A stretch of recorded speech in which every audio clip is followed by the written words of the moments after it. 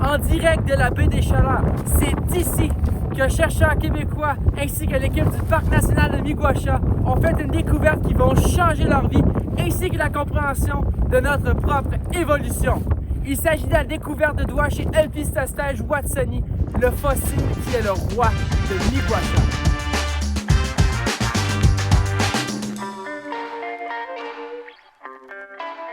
Miguasha, il y a 380 millions d'années. Beaucoup moins froid alors, c'était un estuaire tropical peuplé d'animaux étranges, dont le fameux Elpistostage watsoni. À 1,6 m de long et ressemblant à un drôle de mélange entre un crocodile et un poisson, c'est l'animal le plus spectaculaire de l'estuaire. C'est aussi un acteur crucial dans la saga la plus incroyable de la vie sur Terre, la conquête de la terre ferme par les tétrapodes. Mais qu'est-ce qu'un tétrapode? En fait, c'est simple, nous en sommes, ainsi que votre chien ou votre chat, l'oiseau que vous avez vu ce matin, la grenouille que vous avez entendu coasser. Les tétrapodes incluent tous les animaux avec une colonne vertébrale, 4 membres, ainsi que des doigts. Ceci les distingue entre autres des poissons à nageoires rayonnantes, tels le saumon ou le thon, qui eux ne possèdent pas de membres munis de doigts. Or, ces deux groupes d'animaux, les tétrapodes et les poissons à nageoires rayonnantes, partagent un ancêtre commun qui, lui, était un poisson. Comment est-ce que cela se fait-il? Eh bien, cette transition de l'eau à la terre est une des plus grandes énigmes de l'évolution. Par contre, avec le temps, les morceaux de ce casse-tête se sont retrouvés aux 4 coins du globe. Et maintenant, avec la découverte de doigts chez Elpistostage, ce casse-tête est plus complet que jamais. Et cette histoire, elle commence dans l'eau, avec ce fameux ancêtre commun. Ce poisson n'est pas connu, mais devait ressembler à un heureux mélange de sa descendance, les poissons à nageoires rayonnantes, ainsi que nos propres ancêtres poissons. Ces derniers possédaient des nageoires charnues telles les sélacantes modernes. Éventuellement, ces nageoires deviendront tellement charnues qu'elles seront méconnaissables. Mais avant, elles vont gagner en robustesse. Ceci a mené à l'apparition d'os étrangement similaires aux nôtres. En effet, chez le Stenopteron, ces os portent le nom d'humérus, de radius et d'ulna. Ça vous dit quelque chose? Ce sont les mêmes os que dans vos bras. Et ça se répète au niveau des nageoires à l'arrière, avec le fémur, tibia et péroné. Le Stenopteron, malgré ses presque pattes et ses poumons, demeure un poisson. Avec son long corps effilé et ses énormes dents, c'était un prédateur aquatique puissant et accompli. Or, des proches parents de ce poisson, nos ancêtres, ont évolué d'une façon différente. Leurs nageoires sont devenues encore plus robustes et mobiles. La tête et le corps se sont aplatis. Les yeux et les narines ont migré au sommet de la tête. Un cou est apparu. Peut-être pour mieux cerner la berge ou respirer l'air frais. Ça vous rappelle quelque chose? Non, je ne parle pas du tétrapode crocodile, mais bien du poisson Tiktaalik. Malgré son allure crocodilien, c'est un animal qui était bel et bien un poisson. Bien qu'il avait des nageoires très semblables à des pattes, Tiktaalik n'avait pas de doigts. Par contre, ça y ressemble, tellement que cela fait de Tiktaalik notre plus proche parent poisson. Ensuite, l'histoire devient floue. Comment la nageoire est-elle devenue patte? Mystère et boule de gomme. Tout ce que l'on sait, c'est que cette transition s'est réellement faite. À partir d'environ 360 millions d'années, des animaux aux allures de salamandre, tels l'Acanthochtega, commencent à apparaître. Encore aquatique, ce prédateur possédait à la fois des caractéristiques dignes d'un poisson, telles l'allure de la colonne vertébrale et des branchies, mais aussi des caractères qui indiquent qu'il était réellement un tétrapode comme nous, avec des doigts véritables sur des pattes. Les scientifiques ignorent encore pourquoi les pattes sont apparues, mais une chose est sûre, c'est qu'elles ne servaient pas au départ à marcher hors de l'eau.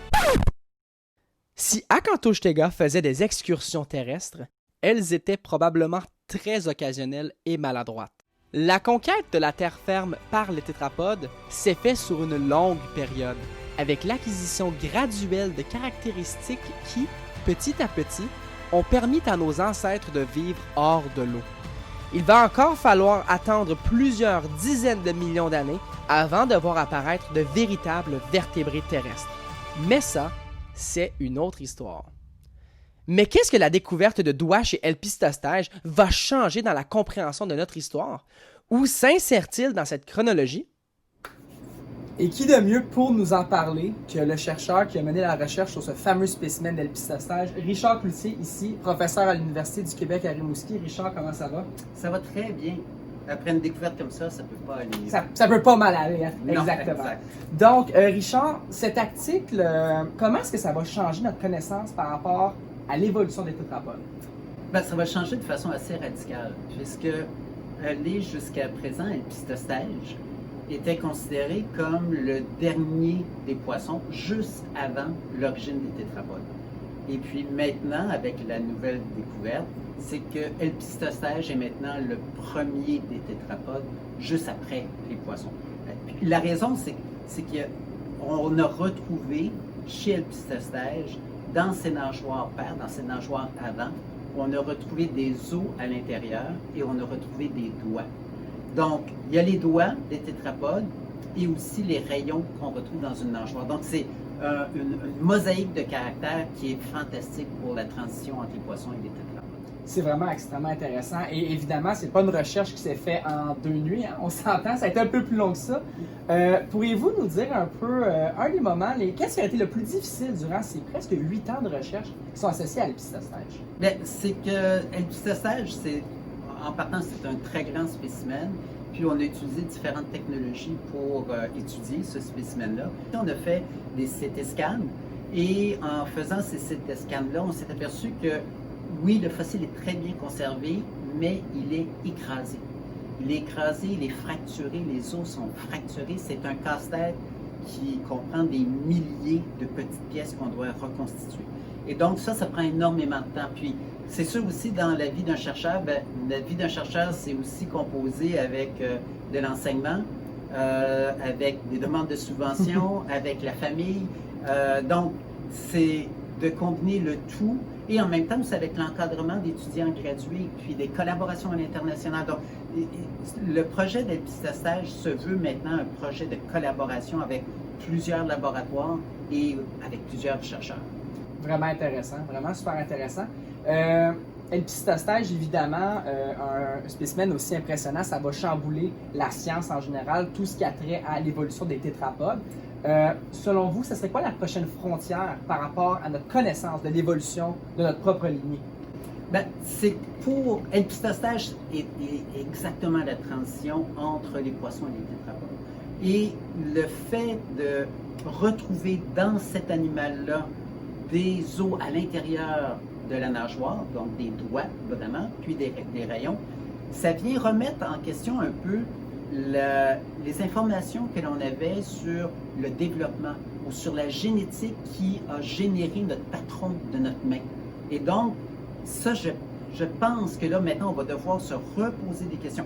Oui, on a énormément de connaissances sur la génétique de l'origine de nos mains, mais il va falloir préciser pour expliquer comment se fait-il que dans une espèce, on puisse retrouver à la fois ces deux types de caractères-là, qui appartiennent à deux mondes différents. Ils appartiennent au monde des poissons et au monde des tétrapodes. C'est vraiment, vraiment très intéressant. Et évidemment, cette recherche-là va apporter des répercussions incroyables sur votre carrière. Pouvez-vous nous dire un peu c'est quoi l'après-LP pour Richard Cloutier? Ben, l'après-LP, c'est LP encore, mais LP en détaillé.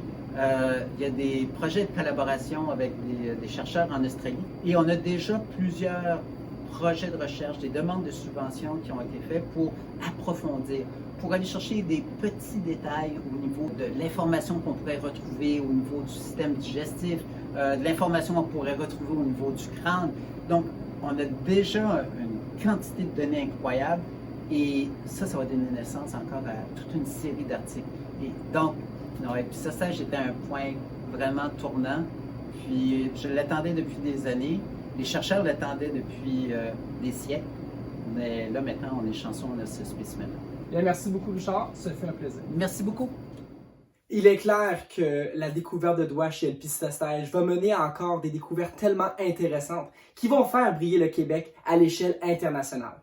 Je m'appelle Zachary Scalzo et ceci conclut Elpistostège watsoni de l'eau à la terre sur le bout des doigts. Merci beaucoup.